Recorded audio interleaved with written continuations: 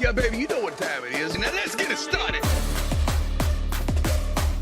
Are you kidding me? Unreal! While our HBCUs are mostly known for academic rigor, community, they also know how to turn up. Does he have it?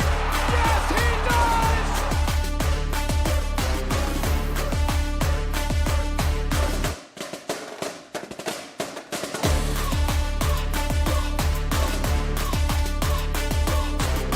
And that might be the knockout punch.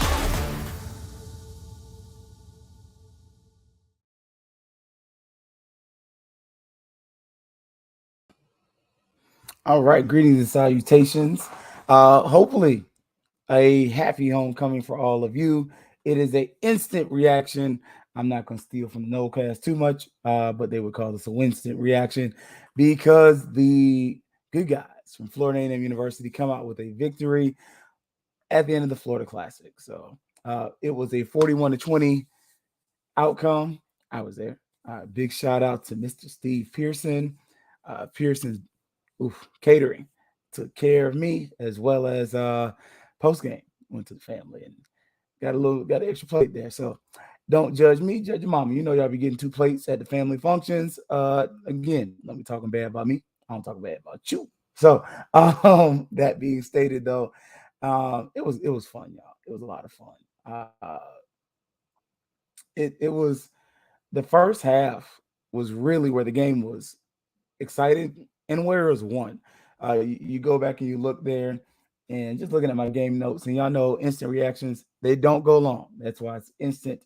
It's about 15 minutes normally, but we swept BCU on the day. We'll talk about that tomorrow, 8:30, HBCU Digital Network. But first drive, BCU throws the interception, first drive of the game. I mean, if you're a FAMU and you're like, okay, this is looking good, and we get a little pass heavy, but we get a rushing touchdown on the drive, 25. Jalen McLeod gets it in. He got 2 on the day. And another blocked kick. BCU blocks the kick. We had 2 blocked kicks, so each team blocks a kick. Fun fact.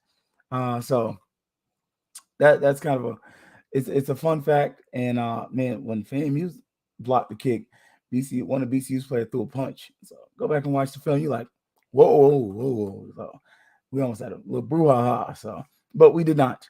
After that, FAMU's, we started out the game and they could not block us. And even BCU's Coach Sims, post game, he pointed out, first half we could not block FAMU. We weren't hitting our assignments. We weren't doing what we're supposed to do, and it made a difference. It was the key difference in the first half. The turnovers, the multiple sacks. I was noting that and looking for that, and that was one of the big things we saw there. Jalen McLeod gets a second touchdown, and you start to see like this game could get out of hand, but it's the Florida Classic. No lead is safe when FAMU's leading. I'm just until there's like 3 seconds left and FAMU's leading by like 20 or 30 points, I'm never comfortable. And that was kind of the thing. We were in the boxes just saying like, okay, like is FAMU going to shut the door on Bethune-Cookman? Or are you going to continue to let them hang around? And the answer to that is after Xavier Smith goes over 1,000 yards and gets his touchdown, both throwing and receiving, FAMU kind of lets them hang around. And some of that's because you did kind of take your foot off the gas. Some of it's also because BCU figured out that zone defense. They figured it out.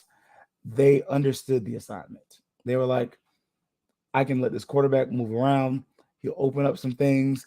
He has to be more responsible with the ball. That interception, the first interception was a bad pass. It was a bad pass on the BCU quarterback side.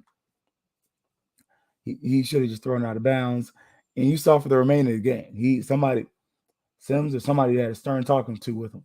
That ball went out of bounds and not into our hands as often. So, again, that was really the big deal for the game. I mean, Xavier Smith wins player of the game, but part of that's because he had 2 touchdowns. I mean, now we could have had somebody else be the player of the game, and I would not begrudge you for that. FAMU had a defensive lineman that came out of there but it was good. Like young buck, like go back watch the film. He's gonna pop. Xavier, Isaiah Land, Xavier, excuse me. Isaiah Land and General Hunt neither played this game. So FAMU continually created pressure without its arguably best two defensive linemen. Secondary was sharp most of the game, and it's a good win. I mean, I'm gonna probably see if I can rewatch it just from see if I can pull some things from it that I didn't before. But my big takeaways in our cablebusterstv.com player of the game, X-Man Xavier Smith.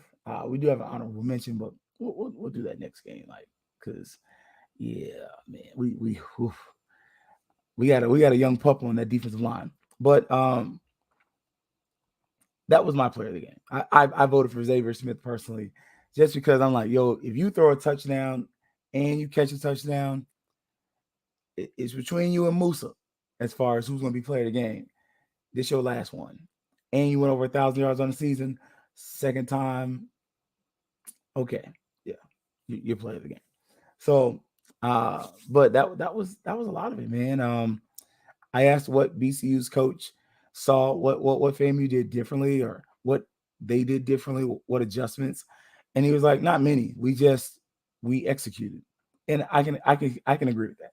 I kind of want to see if he gave me a little bit of something to show me a little bit more of his hand, but man, I'm gonna be real with y'all.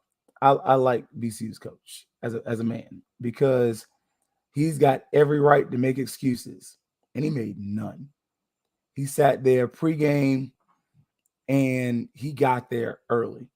He's sitting there in the press conference, and you can see the disappointment on his face. And he made no excuses. He didn't sit up here and say, he brought up what they're going through, but he didn't say that's why they lost. He never looked for an excuse. So that could be his last classic. If it is, man, that guy has coached in a darn near untenable circumstance. But I mean, he did it, and he wore those questions. BCU's quarterback is a junior. That's going to be something to look at going forward. But on the day FAMU wins, I mean that's really like I'm not going to take away from the fact that we won. I'm not going to be overly petty because we won, but we won and my barber got me right. So, but I'm just saying like that's the big thing you're going to take away from the game. You do get a few penalties that were silly in nature. The early on, FAMU had a chance to put BCU away, and I'm kind of moving around here, but instant reaction, y'all know it's kind of like just fresh on the brain. FAMU gets a penalty on a punt, and the penalty, they were saying roughing the kicker, but the guy doesn't touch the kicker. It's because he tried to jump over the wall. They set up a blocking wall in front of the kicker. It's a great concept, but the FAMU defender tries to jump over the wall, and all of a sudden you're like, you can't do that. And to the credit of the BCU players, instead of just picking them up and just slamming them down, they're like, all right, we're going to try to maneuver you down. Okay, you're safe on the ground. And the ref throws that flag so quick, you're like, you can't do that. Like, it was a stupid penalty that really, it extends BCU's drive. And it puts that's a position where if FAMU gets that ball right there off that punt, that might have been that nail in the coffin. It might have been. But this is one of those games I didn't think we left a lot of points on the field. I will say that. Normally, y'all know I'm like, man, we left 20 points on the board. I feel like you left 14, maybe 7-14. And honestly, that's it.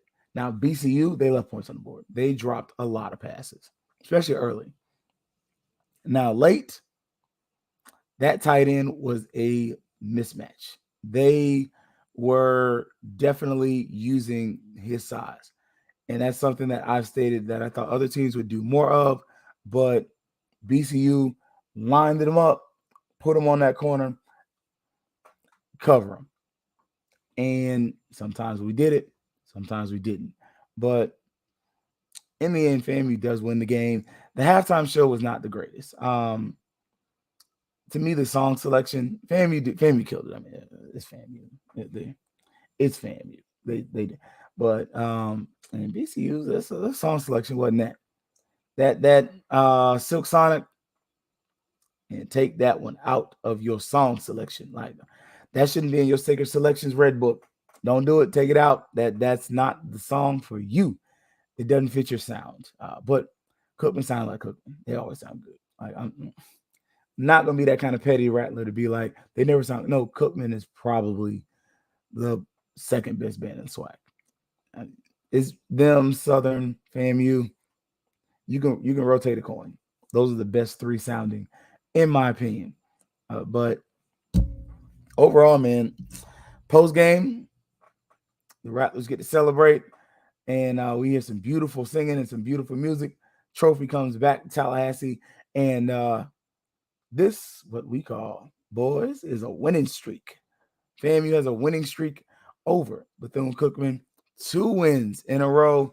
Hopefully, we can get it to 10 ourselves. But we'll see. I do anticipate news tomorrow related to FAMU in the playoffs. We find that out tomorrow. That'll be tomorrow morning. We will talk about that. But I'm going to speculate. We're definitely going to hear news about BCU and their coach. So I wish the guy the best, though, because that's tough. He caught 2 years of a tough deal. That sucks. And when you sacrifice for that program the way he has, man, it's a tough ask. And you kind of wonder who's next. And you got a good nucleus, but again, this ain't about BCU. It's about FAMU tonight. And tonight, ladies and gentlemen, hopefully you're at your tailgates or have been at your tailgates, but the Rattlers come away with a win. And man, if it wasn't for a fake punt by a punter that used to play quarterback, that game may have gone differently. But again, instant reaction. The excitement is here. We'll post more pictures from today's events and activities at the Big Florida Classic. FAMU wins 41-20. How sweet it is to beat your rivals. As always, y'all, it is Fangs up.